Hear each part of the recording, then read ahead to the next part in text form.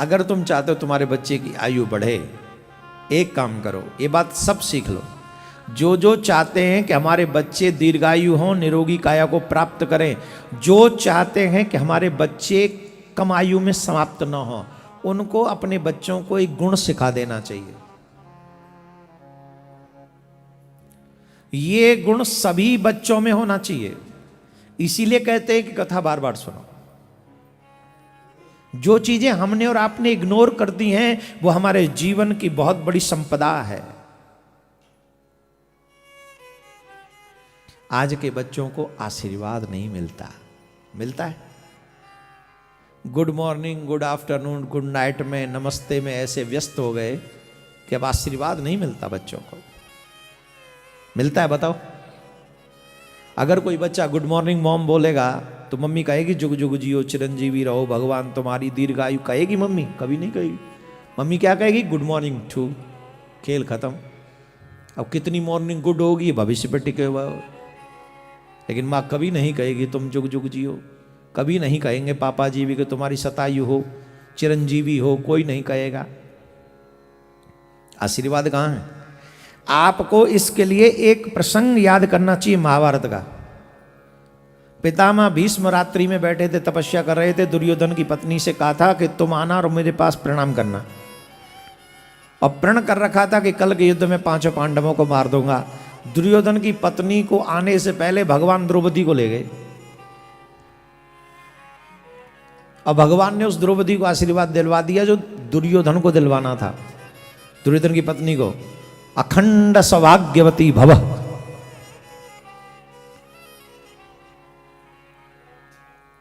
पांडव मरे फिर किसके कारण?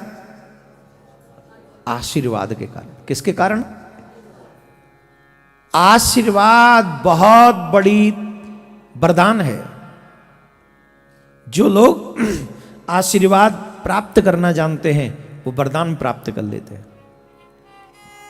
आज कहां है वो आशीर्वाद? मम्मी आशीर्वाद नहीं देती, पापा आशीर्वाद नहीं देते, दादी दादा आशीर्वाद नहीं। कौन देता हमें आशीर्वाद? कोई नहीं, सब गायब है। बता दीजिए मुझे, कौन कहेगा कि अपने बच्चों को चिरंजीवी भव? कौन कहेगा?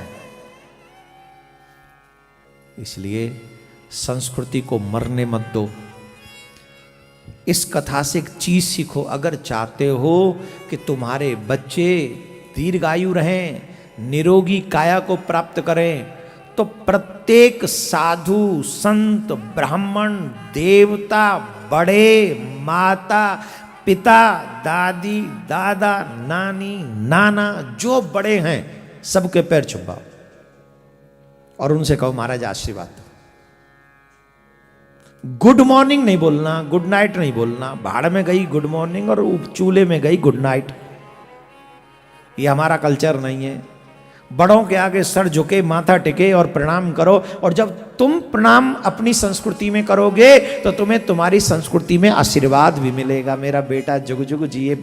पढ़ी लिखी बात सासू को भी बोलना पड़ेगा। अगर तुम प्रणाम करोगे तो पढ़ी लिखी सासू, पढ़ी लिखी दादी, पढ़ी लिखी नानी भी कहेगी जुग जुग जीवे। और जो बूढ़ी बूढ़ी बैठी है, जो सुन नहीं है, सबसे ज्यादा ये बूढ़ी सुनती है मुझको। हे माताओं, हे दादियों, हे नानियों, आपसे हाथ जोड़ के प्रार्थना कर रहा हूं, कितनी भी मॉडर्न हो जाओ, पढ़ लिख जाओ, पर आशीर्वाद संस्कृति में हिंदी में ही दो। आपके लिए, आपके परिवार के लिए, आपके बच्चों के लिए बड़ा मंगलकारी है। मार्कंड ऋषि की आयु बड़ी कम थी, बहुत कम, लेकिन ब्राह्मण ने उपाय बता दिया। जितने भी संत निकले सबसे आशीर्वाद दिलवाओ से। एक ही काम करना, सबके चरणों में लेट जाओ। अब महाराज 1 वर्ष तक लगातार गंगा के घाट पर बैठकर वो सबको प्रणाम करते, साष्टांग प्रणाम। सब कहते प्रसन्न रहो, खुश रहो, दीर्घायु रहो, ये रहो। एक बार आखिरी दिन से 3 दिन पहले सप्त ऋषि निकले वहां से, और सप्त ऋषियों को उस बालक ने नित्य की तरह साष्टांग प्रणाम किया। और जैसे ही साष्टांग प्रणाम किया, उन 7 के मुख से निकल गया चिरंजीवी भव, चिरंजीवी भव। जब कहा चिरंजीवी भव, झट ब्राह्मण की आंखों में आंसू आ गए। इस बालक के पिता की। पूछा क्यों रोते हो? बोले महाराज आपने तो बड़े प्यार से आशीर्वाद दे दिया कि चिरंजीवी भव, पर आप जानते हैं इसकी आयु मात्र 3 दिन बची है। कैसे? तो उन्होंने पूरी बात बताई। बोले अच्छा, अब तो हमारा वचन झूठा हो जाएगा। वचन हमारा झूठा कैसे हो सकता है? बोले आओ एक काम करो, इस बच्चे को हमको दे दो। बोले महाराज ले जाओ, हम समझेंगे 3 दिन पहले चला गया, हमारा क्या, ले जाओ, 3 दिन बाद भी तो जाना ही है ऐसे। ले गए, ब्रह्मा जी के पास ले गए और सिखा के ले गए, जैसे हमको प्रणाम किया था वैसे ब्रह्मा जी को करना। बोले ठीक है, जाके झट ब्रह्मा जी के चरणों में प्रणाम किया। ब्रह्मा जी बोले चिरंजीवी भव, सातों के सातों मुस्कुरा दिए। बोले अपनी बला टल गई। अब अगर इस बच्चे को 2 दिन बाद कुछ होता है तो हम कहेंगे जब हमारा बाप झूठ बोलता है तो हम भी झूठ बोलते हैं, हम क्या करें, हम क्या करें। पूछा क्या हुआ, हंस क्यों रहे हो? बोले महाराज आनंद आ गया। क्यों, बताओ तो सही, क्यों हंस रहे हो? बोले इसलिए हंस रहे हैं जिसको आप आशीर्वाद दे रहे हैं चिरंजीवी भव, ये 2 दिन का मेहमान है। हैं? हाँ 2 दिन का। बोले तो हमें क्यों फंसाया? बोले हम फंसे इसलिए आपको फंसाया, हम भी तो आशीर्वाद दे के आए चिरंजीवी भव, हमारा वचन झूठा हुआ। अब कह देंगे कि आपका वचन, जब ब्रह्मा जी का वचन झूठा हो सकता है तो हमारे क्या। ब्रह्मा जी बोले तुमने हमको फंसा दिया। अब बोले अब तो एक ही मार्ग है। बोले क्या? बोले भालई मेंट सकहीं त्रिपुरारी, भाग्य में लिखे को बाबा भोलेनाथ मिटा सकते, जल्दी चलो। तो एक दिन उसमें निकल गया था, फिर पहुंच गए शंकर भगवान के पास। ब्रह्मा जी ने भी सिखा दिया, जैसे हमें लंबा प्रणाम किया था वहां 3 बार करना, हमको 1 बार किया, बाबा को 3 बार करना। बोले भूलो मत 5 बार करूं। तो वहां जाके 1 बार, फिर 2 बार, फिर 3 बार, फिर बच्चे के आंखों से झरझर आंसू बह रहे थे, बाबा को प्रणाम करता जा रहा था। बाबा ने कहा चिरंजीवी भव, चिरंजीवी भव, चिरंजीवी भव। ब्रह्मा जी मुस्कुराने लगे। बोलो चलो जी, अब अकेले नहीं कहलाए जाएंगे, कह देंगे कि शंकर और ब्रह्मा दोनों ही झूठे। शंकर भगवान ने पूछा क्या हुआ? बोले हम नहीं बताएंगे, इनसे पूछो, ये सातों के सातों खड़े हैं, उनसे पूछा आप बताओ क्या हुआ? बोले कि सब कुछ नहीं, कृपा जिसको आप चिरंजीवी होने का आशीर्वाद दे रहे हैं, आज उसका आखिरी दिन है, कल वो जाएगा। जाएगा कहाँ? बोले दुनिया छोड़ देगा। कैसे? बोले आयु 1 ही दिन की बची है इसकी बस। तो मेरे पास क्यों लाए? बोले हम भी ऐसे ही चले गए थे इसके पास, हम भी फंसे तो हमने आपको भी सोचा कि आप ही कर सके को जो कुछ करना है। शंकर भगवान बोले अच्छा है कौन? तो उन्होंने बताया ये जो बालक है ये मृकंडू का पुत्र मार्कंडेय है। अच्छा, ये तो हमारे ही वरदान से हुआ है, चिंता मत करो, अब जाओ तुम, अब इसको हम देखेंगे।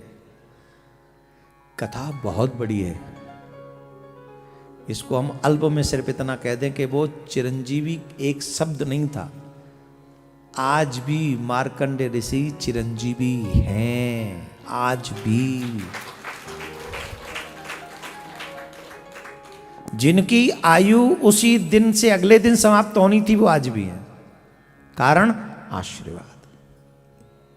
आपने अपने बच्चों को उससे वंचित कर दिया, इसीलिए कोई एक्सीडेंट में मर रहा है, कोई रोग में मर रहा है, कोई अटैक से मर रहा है, कोई कुछ मर रहा है। क्यों?